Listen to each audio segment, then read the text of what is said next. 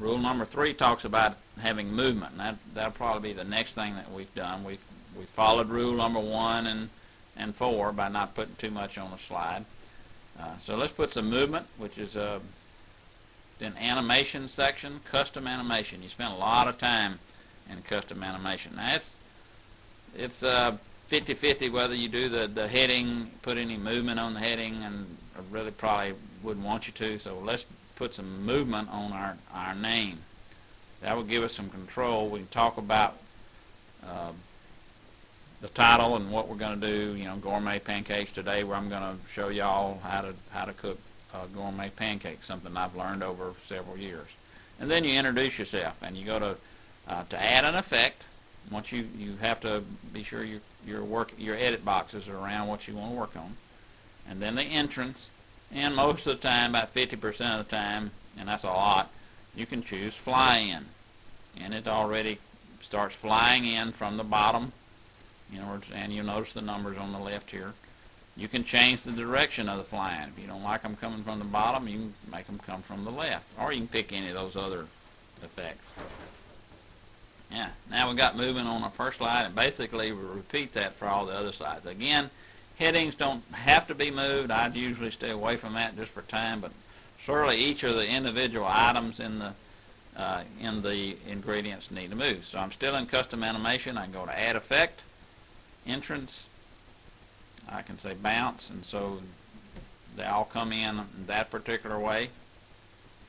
And save time. You know, you choose which ones you like.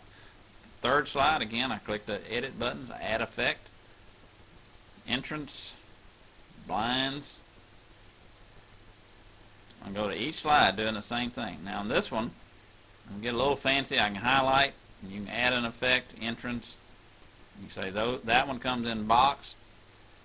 Then you highlight the next one, pinwheel, and so forth. So this is when you want each one of the text movements can come in a different manner. And it doesn't really matter if you do individual text. It's your preference of how you want to do the stuff, how they come in. And back on the last individual thing here, I'm just going to tell them to come in, to fly in, and they all come in from the bottom. Finally, the last thing, you can have pictures, and this word art. You can add an effect on it. You go to entrance. You can say more effects. Got basic. You can go all the way down to exciting, glide. Okay, now you've got movement. Be sure you save it again. Save your changes. Then when you press F5, you notice that you've added. Okay, then today we're talking about gourmet pancakes, and I am Chef Walter. I've been trained at the Culinary School of Natchitoches, sponsored by Northwestern State University. Good to have you here today. And then you go through the ingredients, and the reason to do they'll bring the line in one at a time is now I can talk about flour. There's all lots of types of flour. There's white flour, bread flour, buckwheat flour. Gives you an opportunity, and you have the control over it. If they all came up at once, the audience would be reading ahead of you and not listening to you. 1 cup of milk, a lot of kind of milk. You use regular milk, whole milk, buttermilk, different kinds of baking powder, sugar, eggs, vanilla. So it gives you control. And then when you're ready, you go to the next show. You tell them about mixing dry ingredients in a bowl, what kind of bowl you want, what are the dry ingredients, add the milk and eggs. You might tell them, it's probably a good idea to mix the eggs and milk together first. Scramble the eggs first before you can put the milk in, a little hint. And you stir still smooth, try to get all the lumps out of it. So that's what I'm doing. When you add that movement in it, give the speaker control. And again, gives you opportunity to talk about each one of them. If you're going to put everything you say on the slideshow, you don't need to be there. They can just read the show without you. Of course, that's not what you want. And you go through making sure your show looks good. All right, now we got the basic text in the show. Go back to slide 1. You'll notice in the book I've got a little clip art there. And whether you use clip or real art is up to you. So I'm going to go to Insert. Now I'm going to use clip art. and it comes up, and I teach this in all my classes. So probably the last time I looked for pancakes. You can get rid of the custom animation if it's still up there. Give you a little more room.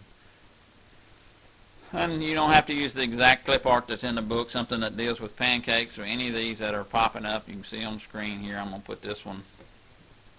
Came up a little big, so I'm going to size it down, move it over to the middle. So I'm already getting hungry for pancakes. Go to the second one. You notice it got a couple there. You can look for flour. I don't like any of those. Eggs.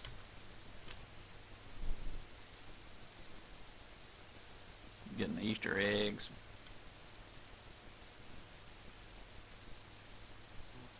That one came up big, so I'm going to make it smaller. Maybe milk.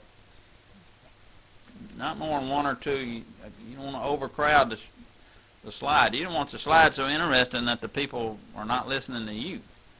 That's why rule number one. One is hard. If it's hard to read, they're trying to read the,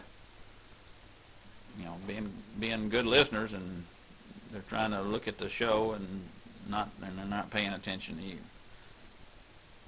And you can see the other items there. Now some of them kind of look like they're backgrounds. There are different types of designs that you can use to choose for. I stay away from most designs just by choice.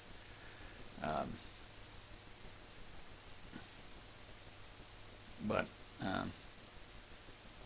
all different things that you have to be careful with the colors.